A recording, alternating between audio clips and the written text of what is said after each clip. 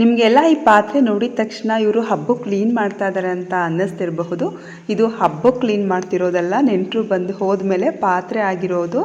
ಅಡುಗೆನೋ ಇಷ್ಟಪಟ್ಟು ಮಾಡಿಬಿಡ್ತೀನಿ, ಆದರೆ ಪಾತ್ರೆ ತೊಳೆಯುವಷ್ಟರಲ್ಲಿ ಬೆನ್ನೋವಿರೋದ್ರಿಂದ ತುಂಬಾ ಕಷ್ಟ ಆಯಿತು. ಎಲ್ಲ ಕೆಲಸ ಮುಗಿಸಿ ನಾವು 3 ಜನ ಓರೋರ್ಗಿತ್ತಿರು. ನಮ್ಮ ಚಿಕ್ಕತ್ತೆ ಸೊಸೆಗೊಬ್ಬರಿಗೆ ಕೈ ಮುರಿದು ಹೋಗಿತ್ತು.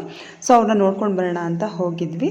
ಅಲ್ಲೇನು ವೀಡಿಯೋ ಮಾಡ್ಕೊಳ್ಳೋದಕ್ಕಾಗಲಿಲ್ಲ. ಆದರೆ ಬರುವಾಗ ಬಸ್ ಸ್ಟ್ಯಾಂಡಲ್ಲಿ ಒಂದಷ್ಟು ಜನ ನೋಡಿದೆ.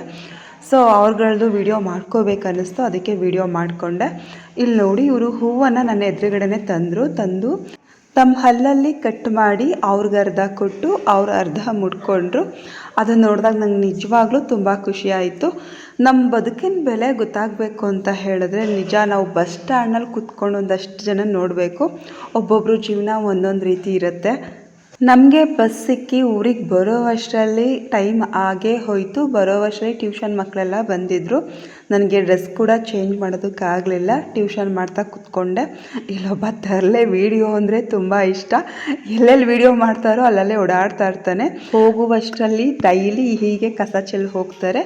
ನಾನು ಬೆಳಿಗ್ಗೆ ದೀಪ ಹಚ್ಚಿ ಹೋಗಿದ್ದು, ಬರೋವರೆಗೂ ದೀಪ ಉರಿತಾ ಇತ್ತು. ಶಾರು ಕೂಡ ಏನೋ ಪೇಂಟಿಂಗ್ ಮಾಡಬೇಕಂತ ಅಂದ್ಕೊಂಡು ಅವಳು ಕೂಡ ಪೇಂಟಿಂಗ್ ಮಾಡ್ಕೋತಿದ್ಲು ಟ್ಯೂಷನಲ್ಲೇ ಕೂತ್ಕೊಂಡು. ನನಗಂತೂ ಬೆಳಿಗ್ಗೆಯಿಂದ ಸಾಕಾಗಿತ್ತು. ಎಷ್ಟೊತ್ತಿಗೆ ಹೋಗಿ ಮಲ್ಕೋತೀನೋ ಅನ್ನಿಸ್ತಿತ್ತು.